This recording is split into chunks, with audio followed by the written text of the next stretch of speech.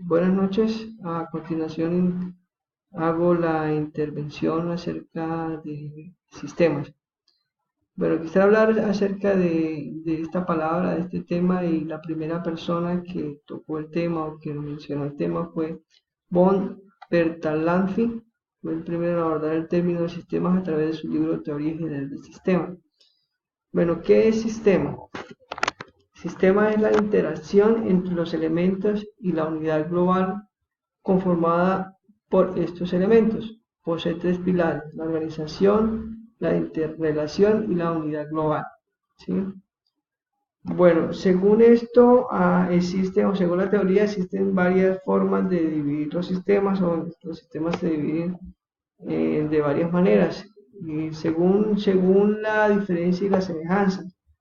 Entonces, según esto, según la diferencia y la semejanza, los sistemas se pueden dividir en sistemas concretos o físicos.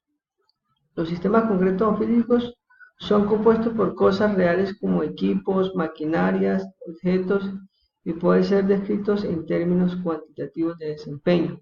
O sistemas abstractos. Estos son compuestos de conceptos, planes, hipótesis, ideas que generalmente existen en el pensamiento de la persona y no pueden ser fácilmente descritos en términos finitos.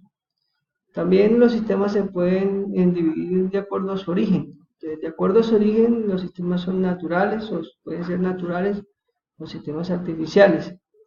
Los naturales surgen de los procesos naturales como el clima, el suelo, etcétera. Son macroscópicos y microscópicos, y difíciles de manipular. Cambian y regularmente la materia y energía con el medio ambiente.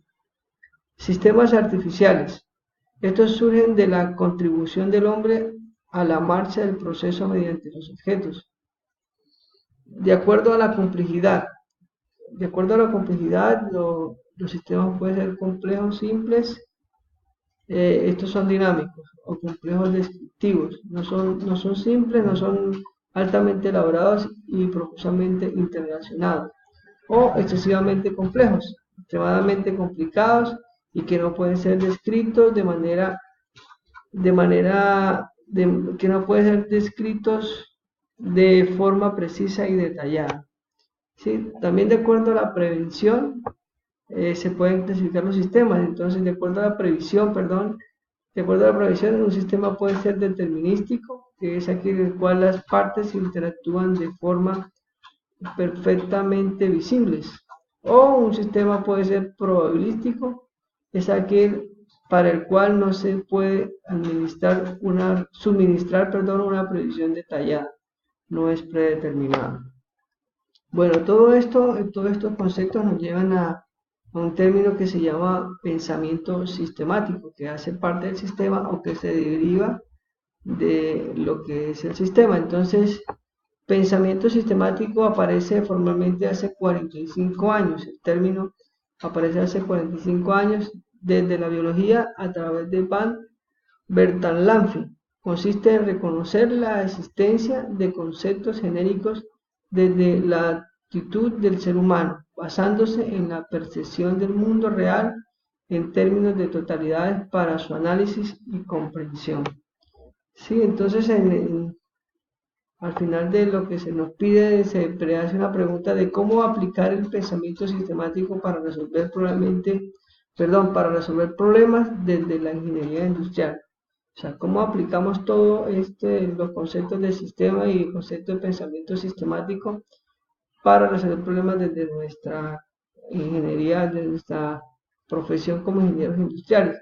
Entonces, yo considero que lo aplicaría considerando el entorno que rodea una situación o una necesidad, ¿sí? Desde su origen, sus causas, sus efectos, su entorno social y a quienes afectan y quienes están involucrados en él, para así entender y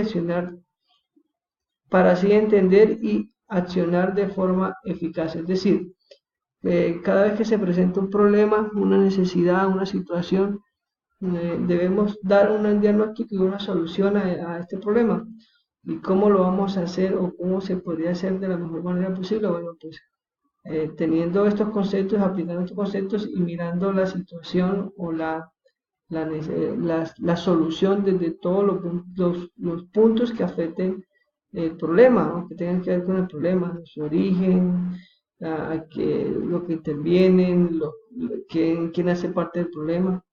Entonces, yo considero que de esa manera, aplicando esto y analizando como hemos aprendido a hacer el pensamiento sistemático.